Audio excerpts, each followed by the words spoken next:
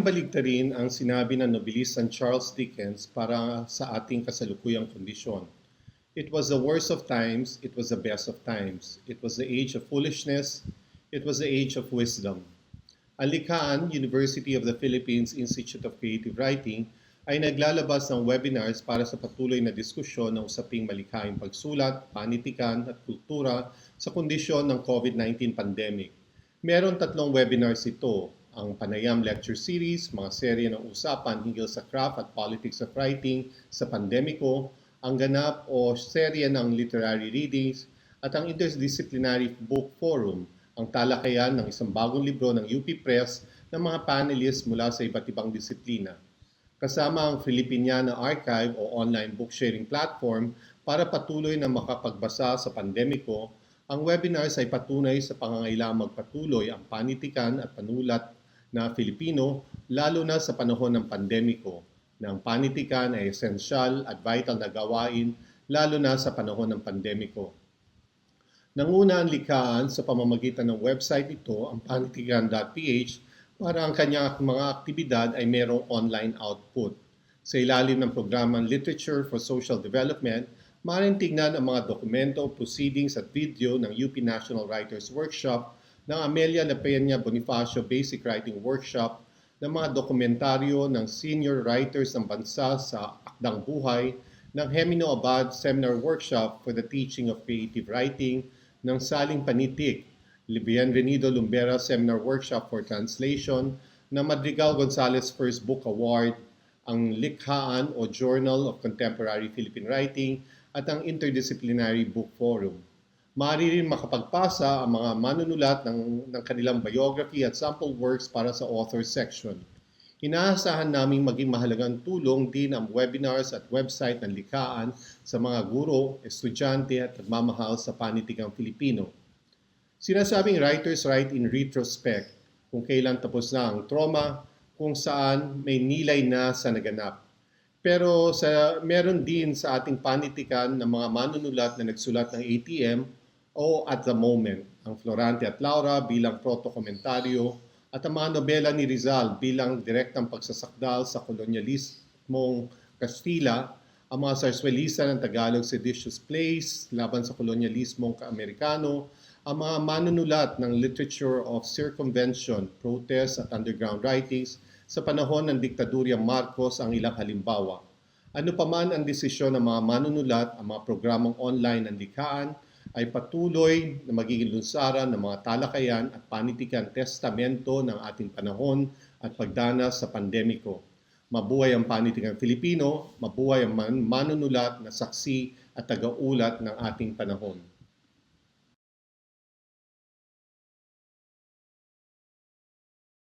Pagbating malugod sa inyong lahat. Ako po si Dr. 𝗩𝗶𝗀𝗶𝗶, isang internist dito sa San Antonio, Zambales, at narito po tayo ngayon sa Casa San Miguel.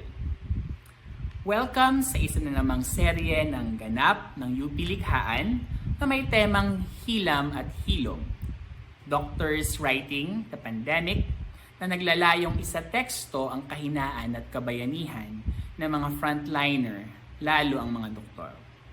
Ang mga akdang itatanghal ay may kinalaman sa pagiging tao at malay na manggagamot at kung paanong tinititigan niya ang mundo ng sakit, pandemya at paghilom.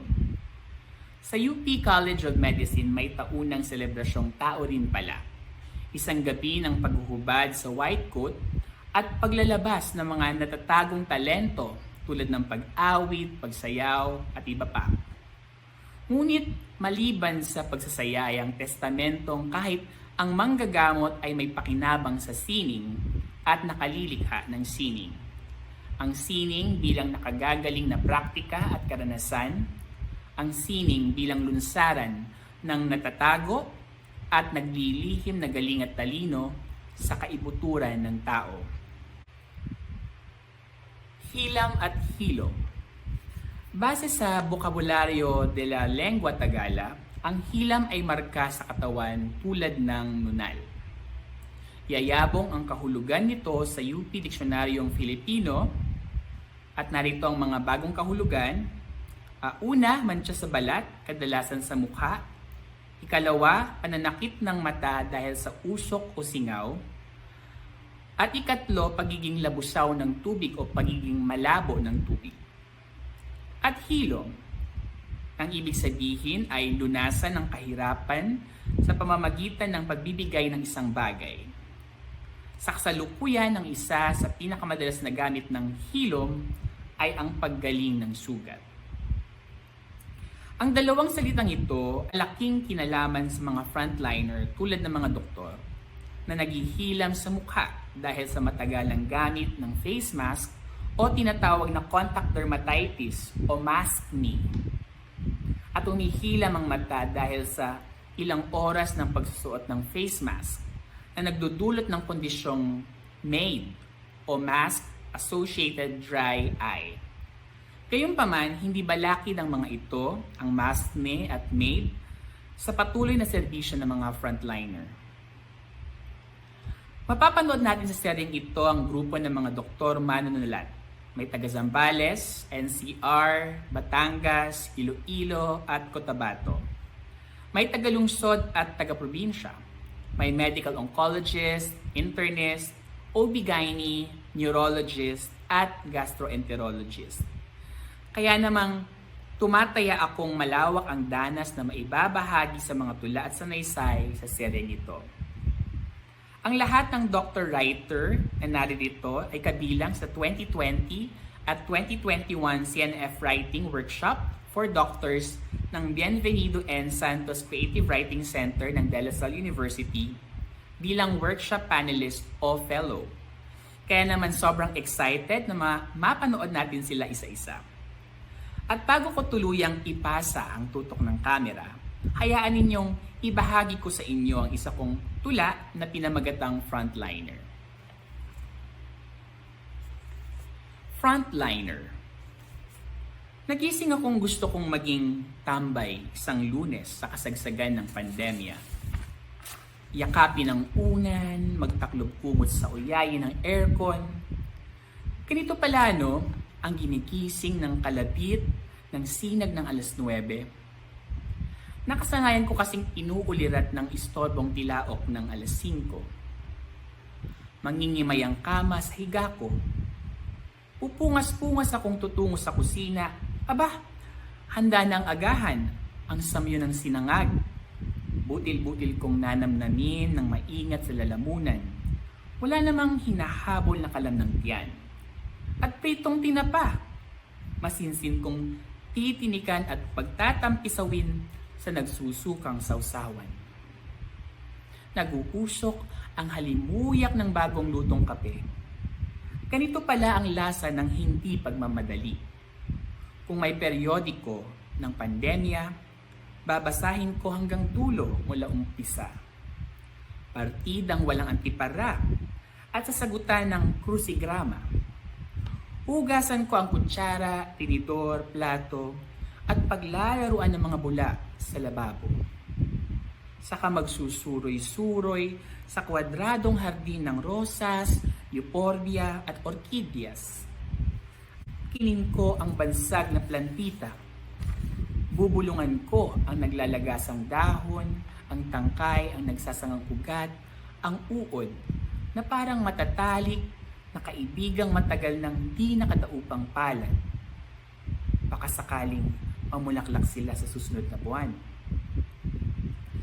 Kapag naglalagnat ng umaga o nagdedeliryo na ang hapon, hahalongkatin naman ng 𝗩𝗶𝘀𝗶𝗃 nobela. Sasalampak sa sofa at hihinga sa planeta ng pahina at pahinga pansamantala. Hay! Kay sarap magbuhay senyorang walang inaalala.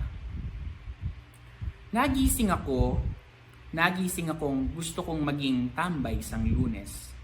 At eskizofreniko akong tumutugon sa hiwaga ng tinig na hindi maulinig. Tambay muna ang pagtambay at ihilumin ang Lunes. Maraming salamat po sa pamilya Bolipata sa pagbibigay ng tsansang makapag-record dito sa Casa San Miguel at nawa po ay ma-enjoy ninyo ang mga pagtatanghal ngayong araw. Maraming salamat po.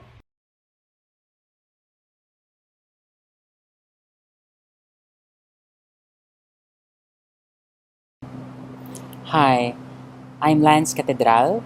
I'm an internal medicine specialist and a medical oncologist based in Coronadal City, South Cotabato, and General Santos City.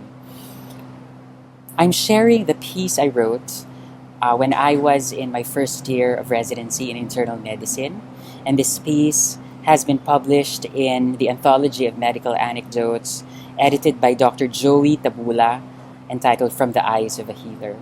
The title of the piece is Mother and Son. He cried like a baby, and maybe that was what he was in his mother's eyes. With her eyes closed, she looked like she was sleeping. On her mother's arms and limbs were multiple bruises. They started appearing just 6 months ago, like random pencil blots on a skin canvas. Then came the pallor, unexplained weakness, and a feeling that something wrong was going on. She couldn't put a name into it until months after her descent into being bedridden, just around the time when her doctor, after seeing her lab tests, told her she had leukemia. The boy was 14, but he had the eyes of an old man who has been through a lot. He cared for her mother, brought her to the hospital for intermittent sessions of blood transfusions, put up with the long queues at the blood bank, and even pleaded with the social services staff to give her free antibiotics. On Mother's Day, he was still a boy, soft wisps of hair just starting to grow on his armpits, his voice barely beginning to crack, but already motherless. Her mother's blood infection was so profound that even the strongest antibiotics were rendered powerless. Her platelet count was too low as to graciously permit spontaneous bleeding to happen anywhere in her body, her eyes, her lungs, her brain. That was what killed her. A ruptured vessel, perhaps, that decided to snap in her cerebrum. She was gone in minutes.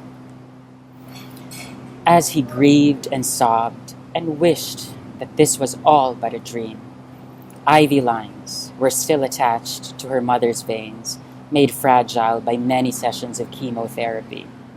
Medications meant to raise her blood pressure to the bare acceptable minimum were dripping in futility. It was just another day at the hospital. The boy had to bring his mother's body home. He had been through a lot. Surely he could handle her mother's funeral too. Thank you very much. Hi, I'm Dr. Justine Yu. Today, I'll be reading a piece called 𝗩𝗲𝗃.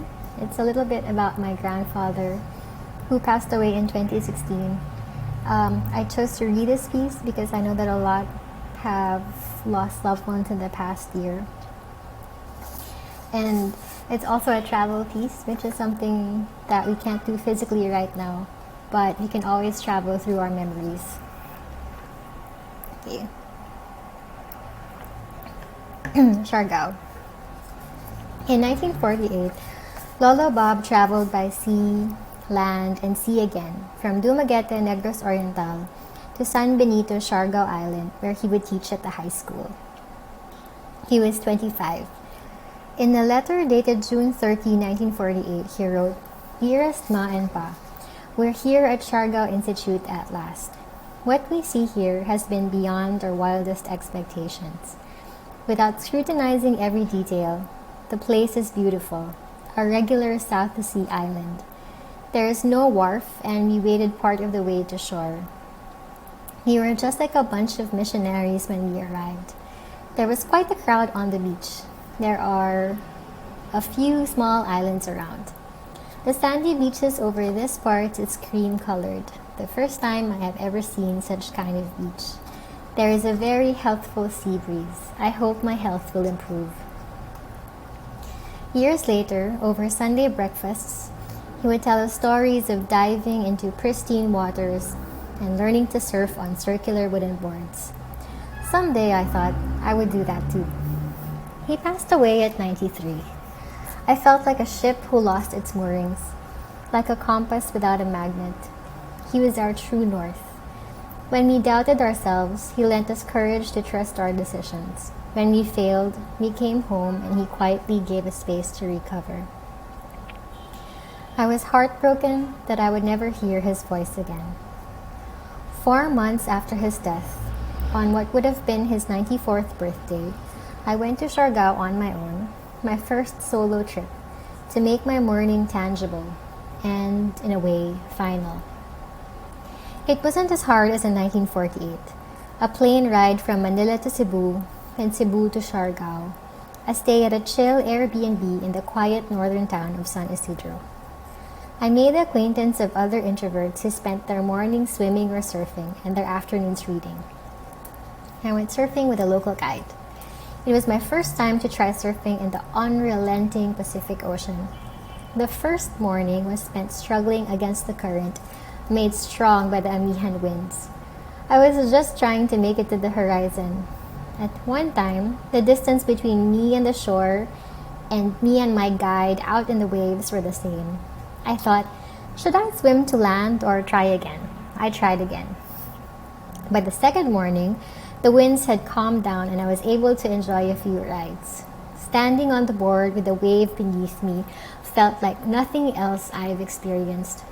An awareness of how small I am in the universe, yet also a moment of pure joy to be one with the force of nature.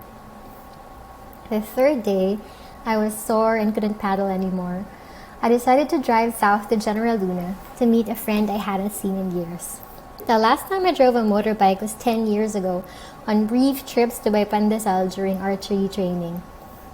In Siargao, there were hardly any vehicles and there was just one road. So I put a helmet on and drove. The road wound through green hills, golden rice fields, tall coconut plantations, and avenues lined with lush mango trees. I met foreigners on the same bikes but with no shirts or helmets, just surfboards. Naked children ran into the road, running away from a bath.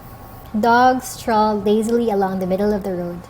I felt like Oliver Sacks driving through Nevada on his Norton BMW, or 𝗍𝗶𝘀𝗶 through South America, also on a Norton. I thought of the fine line between bravery and foolishness. I silently thanked my teammates for teaching me to drive, even after crashing their bikes. I arrived safely in General Luna and had lunch with my friend and her husband, who regaled me with stories of their camp trip in Chile. That day, Cloud9 looked a little rough, so I thought, maybe next time. I made it back to San Isidro before sunset. The lady who rented me the bike was relieved to see it scratch-free and with spare fuel in the tank. I traveled back to Manila the next day, sunburned and sore, but with gratitude in my heart. I made the trip to say thank you, 𝗨𝗏𝗃, for teaching me to be independent, for lending me your courage, and for being my home. I carry your heart with me. I carry it in my heart. I am never without it. Anywhere I go, you go, my dear. And whatever is done by only me is your doing, my darling. By 𝗍𝗍𝗃𝗁𝗋𝗄𝗃. Hi, my name is Will, and I'm here to present an excerpt of a short story which is set in a university back in the 90s. During the pandemic, I've tried to avoid writing about diseases or being a doctor in general, and what helped ease my anxiety was escapism through fiction and nostalgia. In this story, the main character, a college student named Paco, is trying to come to terms with his perception of one of his classmates and delegates himself as the unsolicited savior of sorts to disastrous results. The story is called At the 𝗩𝗃𝗃𝗀𝗃 Central. By the time the semester was winding down, one thing was becoming apparent. Anna Marie, our block president, feminist to the core, Dean's Lister, Gabriela member, was fucking Mr. Julian Di Matulac Jr. in his room at the faculty complex. There is absolutely no judgment on my part, as we have all been assuming that the hallowed halls of the faculty complex are 𝗩𝗃𝗃𝗃 Central.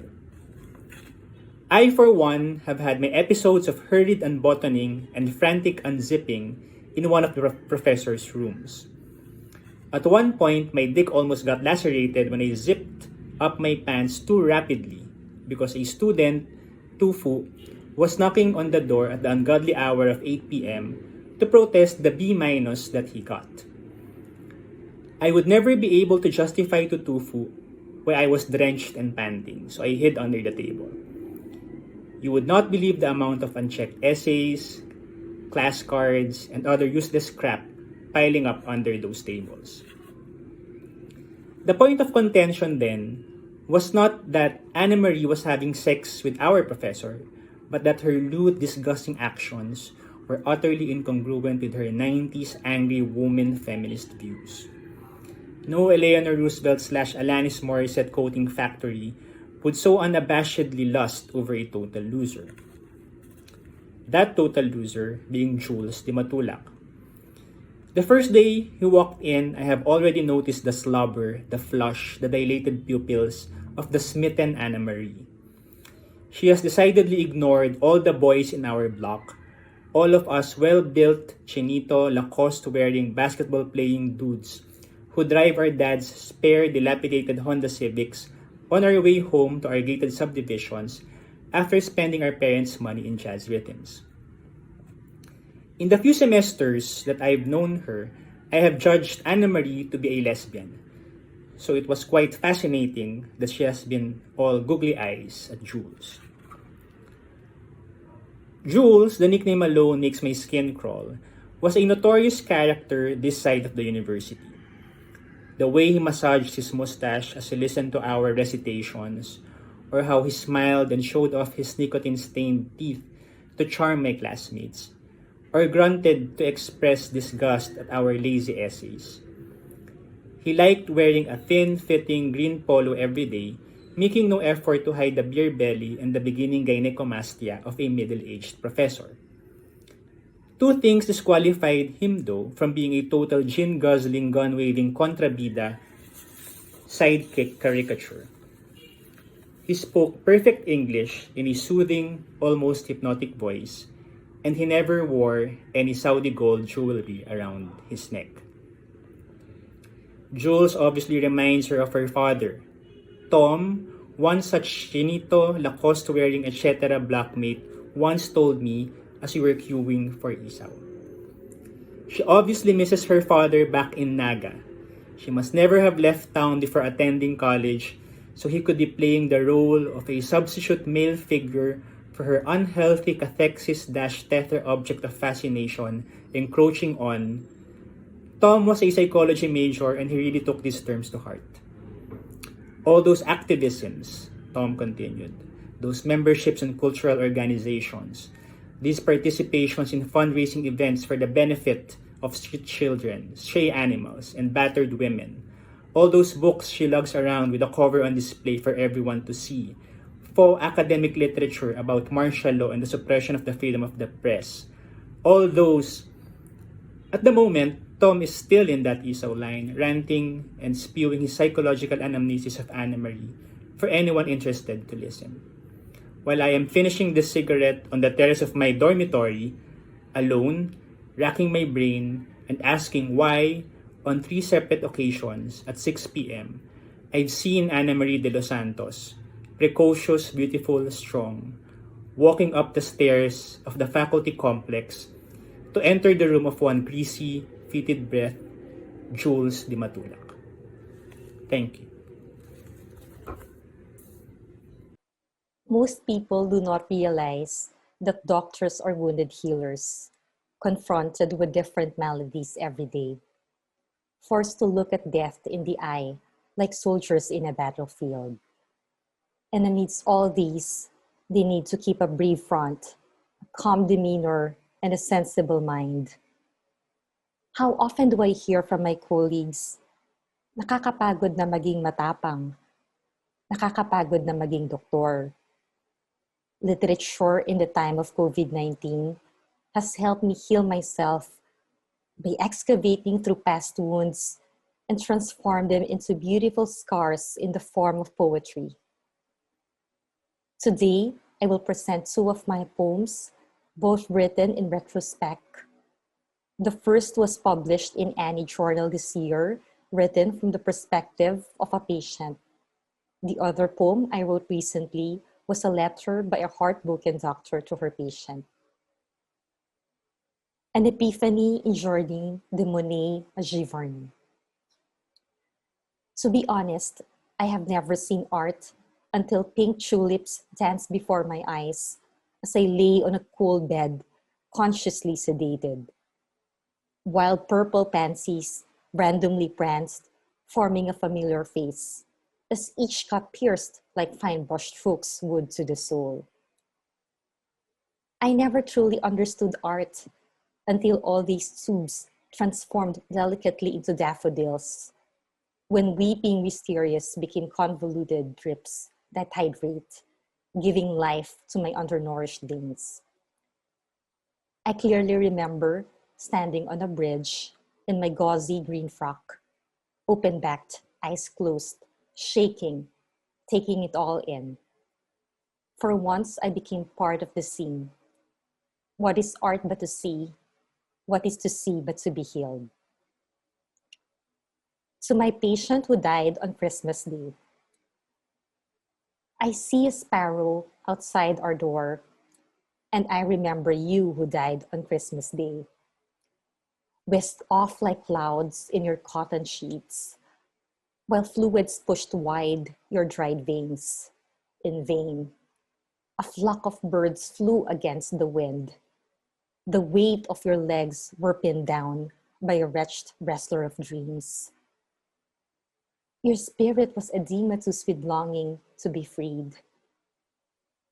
Once you told me your sole wish to set forth to send off your child on the day of his wedding. All the while, I saw the steadfast high and low of a beat barely there. I heard a song half sung before silence, the staccato that follows the collision, right before the fall. Outside below, life goes on. Sprightly steps sprinting home for Noche Buena, the gaiety of stretcher wheels singing hymns and Christmas carols, the hum of a sparrow, almost always without fail or meaning to, leads to a loud amen. Thank you very much for listening to me read my poems. May we all stay safe and healthy. Good morning from Iloilo.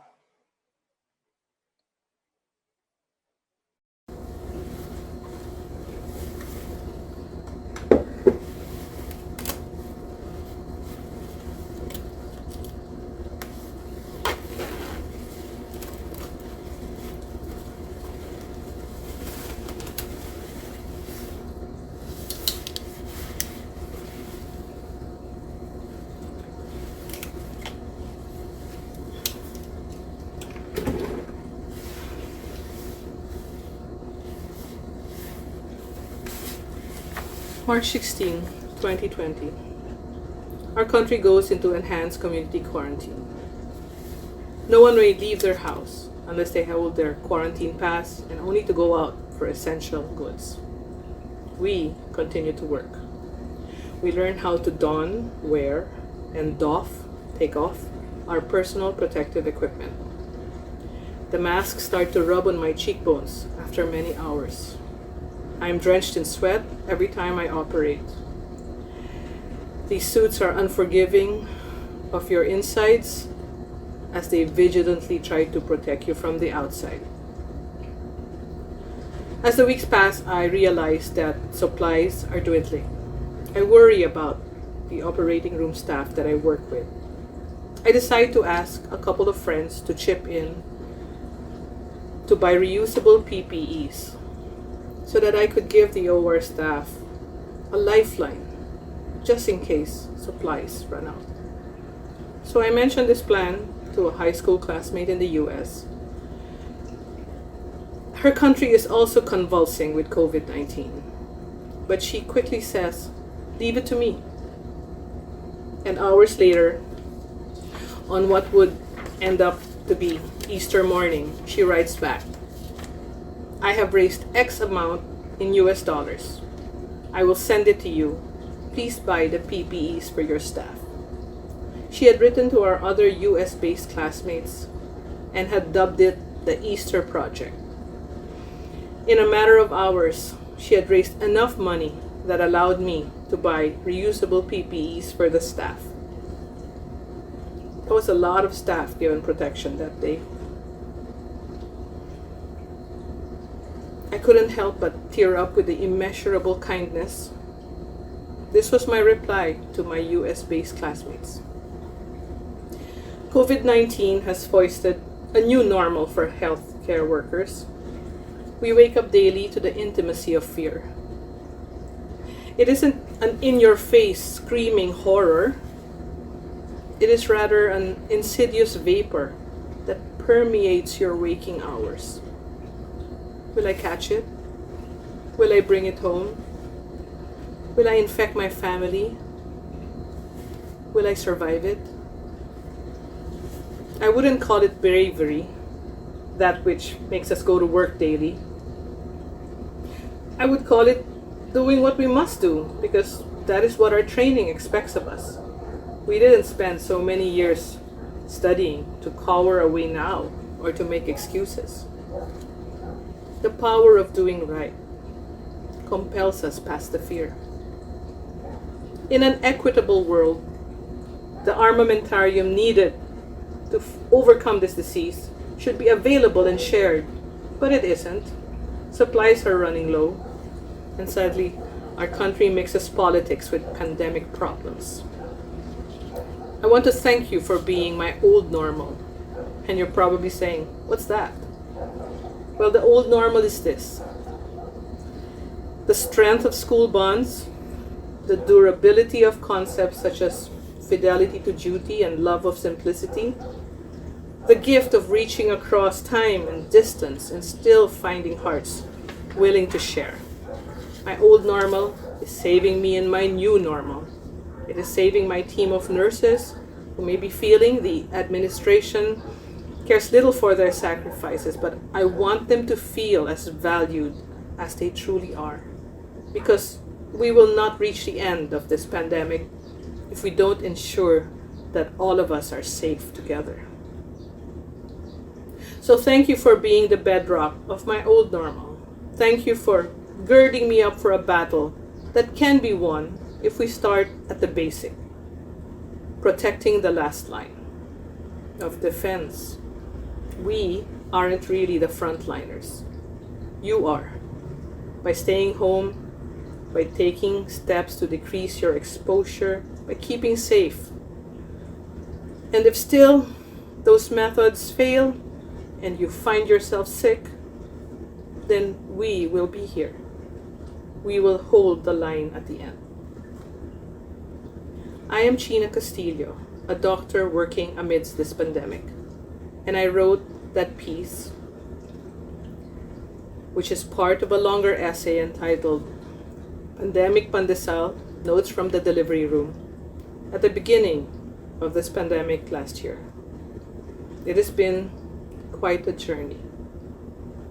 The second piece I'd like to share is one written recently during the COVID surge. It's entitled Pasaway. Pasaway ang payaso sa palasyo ng walang pake. Dumaraing ang mga mamamayan habang tuloy-tuloy ang buhay gahaman. Wala silang problema, kahit na ang problema ay ang pagkawala. Walang laman ang mga silyang plastik sa labas ng bahay. Walang wala na iabot sa mga bukas na kamay. Pahayag ay, huwag maging pasaway. Ano ka mo? Anong plano? Paano magbabago ang pinabayaan?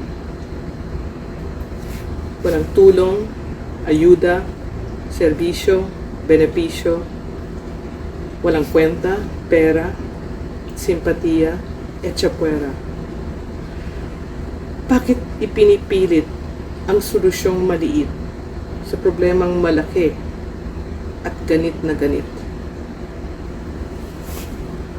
Nanlaban daw ang isda nung lumutang na lang sa tubig. Ipinagtatanggol ang tamang paggamit ng dinamita, permit, proseso. Diyos ko. Kailangan supuin, patayin ang masasamang isda para bagang bawal mabuhay sa katahimikan ang simpleng isda. Dinamay ang walang malay para lang maibulgar na may ginagawa. Ang galing nila, tagapagtanggol ng madla. Tama ba? Hindi. Tuloy-tuloy namamatay ang mga isda. Ang mga salitang marupok na nanggaling sa bibig na tulog. Hoy, makinig ka naman. Palangoy-langoy ang mga isda nung biglang may sumigaw, kulay pula! Kulay pula! Ano daw? Aba, bagong kulay, inialay sa kabaong inihanda ng matanda na paiyak-iyak, pahalik-halik sa lupang hinirang, pahipo-hipo sa kababaihan na mistulang binababoy. Kasi matuto na tayo. Ang importante ay ang magpatawa kaysa mapagkawang gawa. Tuwang-tuwa ang kamatayan habang ang matanda ay tulog na tulog kaysa tulong ng tulong. Aantayin ko lang at lahat ng kaluluwa mapupunta sa akin kahit wala akong gawin. Salamat, payaso. Ang husay mong kasabwat. Iwagayway ang watawat. Good luck, Choknat. Sana may matira pang tao para sa bakunang ipinangako. Na solusyon, demonstrasyon ng baliw na paniniwala. Huwag kumilos habang walang bakuna. Sa totoo ay dagsak ang gutom at sakuna. Ang payaso at ang kanyang sirko. Kaliwa, kanan, taas, baba, bukas o sarado.